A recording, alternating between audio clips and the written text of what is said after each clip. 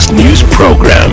Mula sa Head News Center ng pinakamaraming himpilan at number 1 na radio network ng bayan, RMN. Ito ang numero 1. RMN News Nationwide. RMN News Nationwide. Kasama ang KBP Golden Dove Best Newscaster, Weng de la Peña, at ang maasahang broadcaster, Buddy Oberas. RMN News Nationwide. RMN News Nationwide.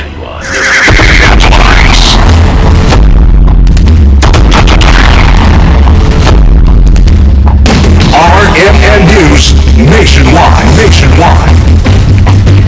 Sa RMN News Nationwide ngayong umaga, 15 pinaniniwalaang MNLF members na aresto sa patuloy na clearing operation sa Zamboanga City. AFP handang arestuhin si MNLF Chairman Nur Misuari. Request letter ni dating Senador Joker Arroyo na humihingi ng kanyang dagdag na pondo. Inilabas ng Malacanang. Pondo hindi daw napunta sa sinasabing proyekto ng senador sa Bicol. Panibagong anti-pork rally lalarga naman sa Ayala, Makati City sa Biyernes. Kung meron kayong pagkataon, dumalo kayo, pakita rin natin na kahit na tayo maliit na tao, hindi tayo natatakot sa malaking tao. DSWD handa na sa pagpapalawak ng education grants sa 4Ps program ng pamahalaan para sa mga mahihirap na pamilya. Balitang negosyo, pagpapalago ng crab production sa dapitan sa Zamboanga del Norte, tinututukan. Balitang abroad, canonization ni Pope John Paul II itinakda na sa susunod na taon. RMN News Nationwide. Ikaw ba ay tutungo ng Cagayan de Oro? For the best hotel accommodation, stay at the VIP Hotel because you are a VIP.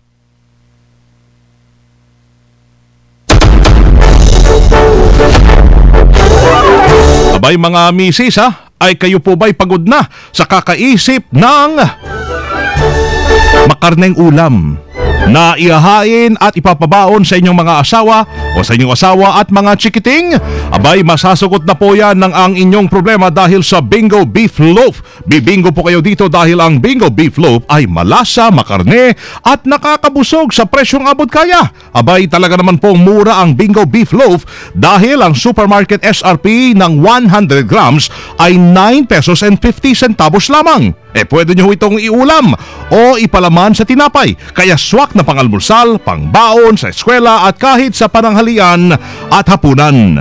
Halal certified po ang Bingo Beef Loaf. Kaya kahit mga kapatid nating Muslim, pwedeng ma-enjoy ang ito at meron din pong Bingo Meat Loaf. Sa Bingo Beef Loaf at Meat Loaf, bingo na sa lasa, bingo pa sa savings. Abay, bili na ho kayo. Pinakamalaking mga balita abot sa bawat Pilipino saan man sa bansa. RMN News Nationwide. Buenos Dias, Pilipinas! Buenos Dias, Pilipinas. Umaga ng Martes na ngayon, October 1, 2013. Ito ang numero 1 RMN News Nationwide. Ako si Weng de la Peña. Ni Buddy Oberas at tayo po ay live na live sa DWPR 1296 RMN Dagupan, DYVR 657 RMN sa Rojas, DXRZ 900 RMN Zamboanga, sa DXDC 621 RMN Davao. Live international pa rin via www.rmnnews.com and WRMN New York, USA. At syempre sa lahat ng ating mga numero 1 AM radio stations sa buong bayan yan.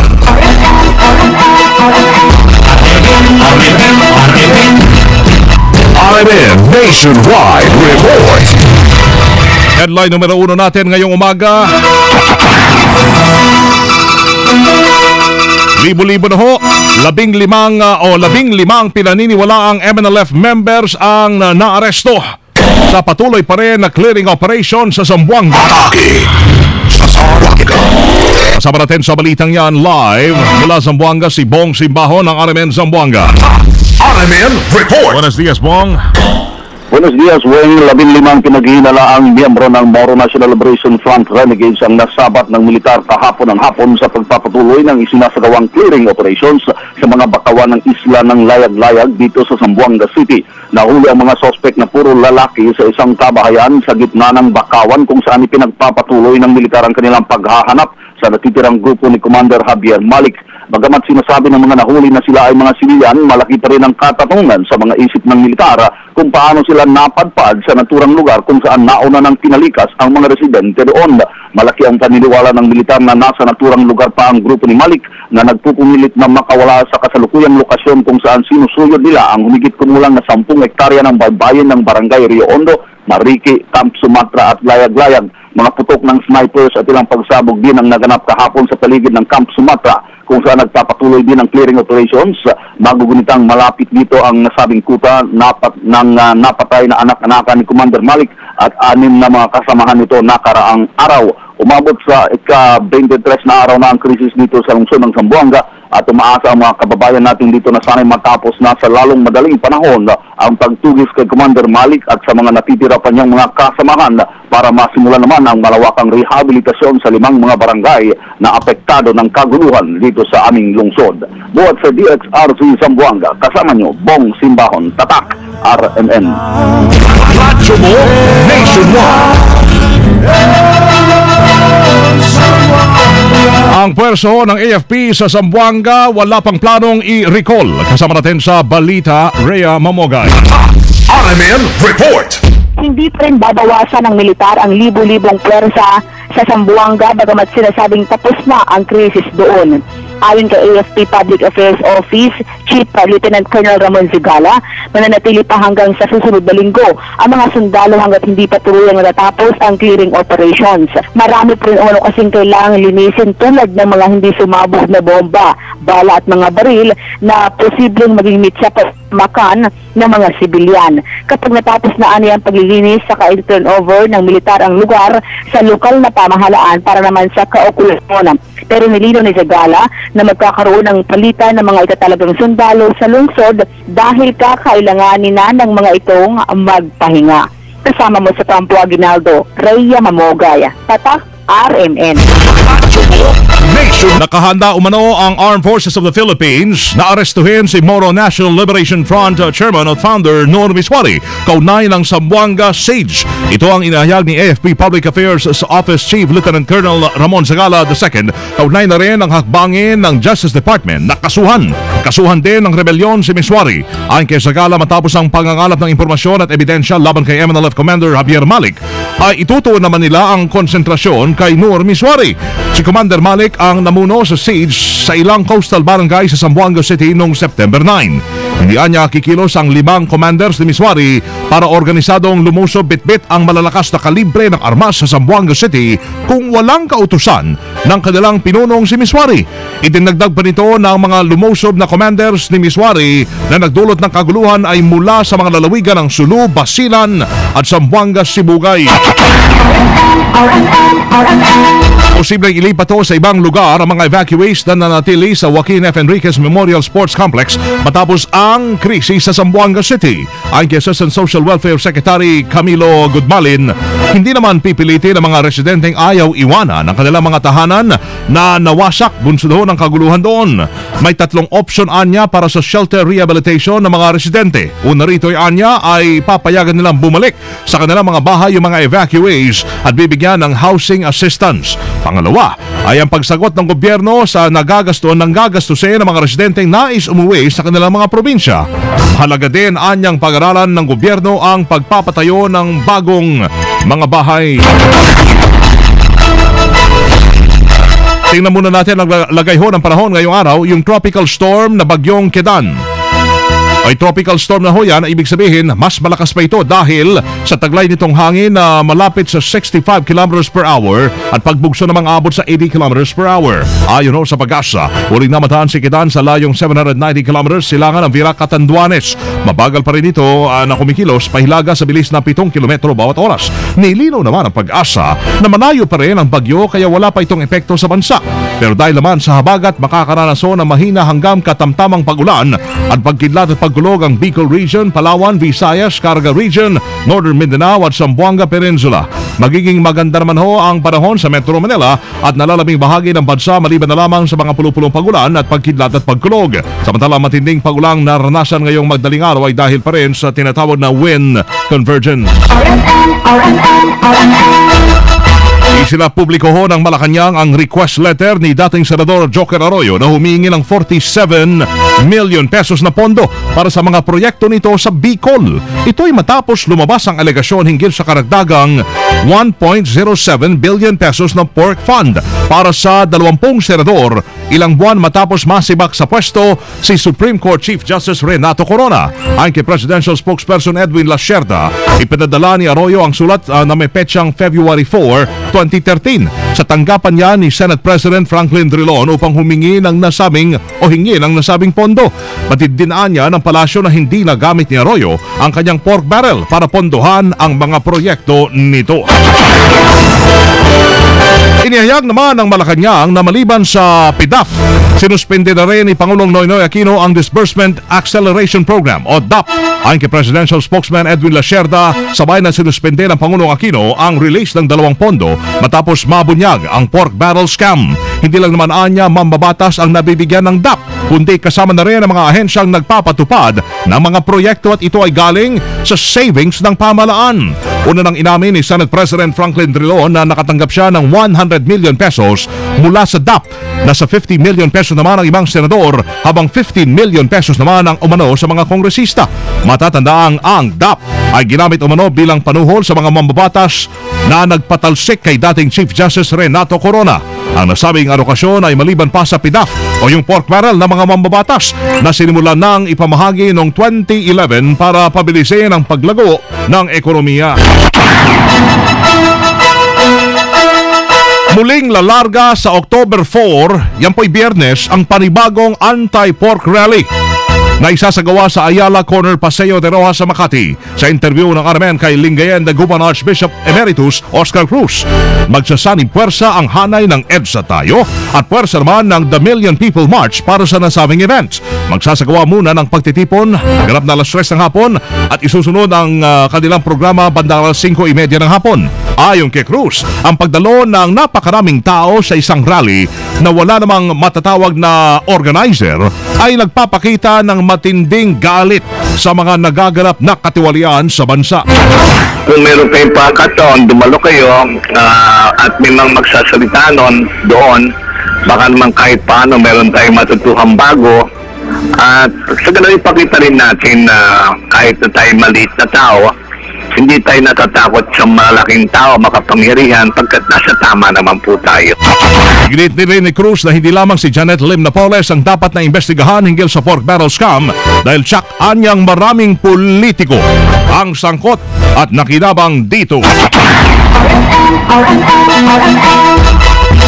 Nakahanda na umano ang gagawing expansion ng pagpapalawak pa ng DSWD sa educational grant ng Pantawid Pamilyang Pilipino Program of 4Ps. Nasasaklaw yan sa mga kabataang edad 14 hanggang 18 anyos na benepisyaryo nito.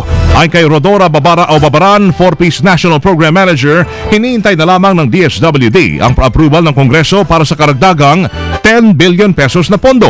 Aabot sa 2.2 na milyon mga kabataan ang inaasang mababahagian ng nasabing programa na mula 3.9 milyon na pamilyang benepisyaryo ng 4Ps.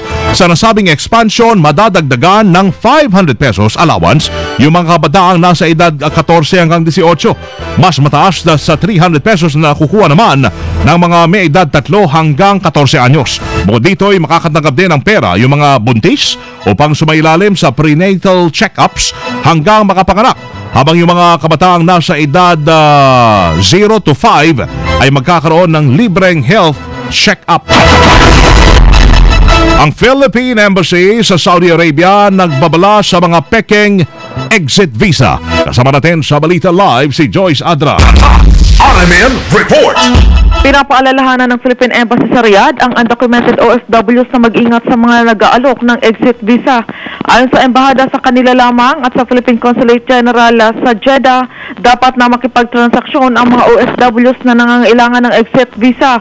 Layo nito na maiwasang mabiktima ng mga nagsasamantala at naniningil ng malaking halaga kapalit ng peking exit visa. Nakarating na sa kalaman ng embahada na may mga OFWs ang hindi naman nakauwi ng Pilipinas sa kabila ng binayad na malaking halaga kapalit ng mga exit visa. Kasama mo sa DFA Joyce Adra, Tatak RMN. Radyo mo, Nationwide RMN News Negosyo.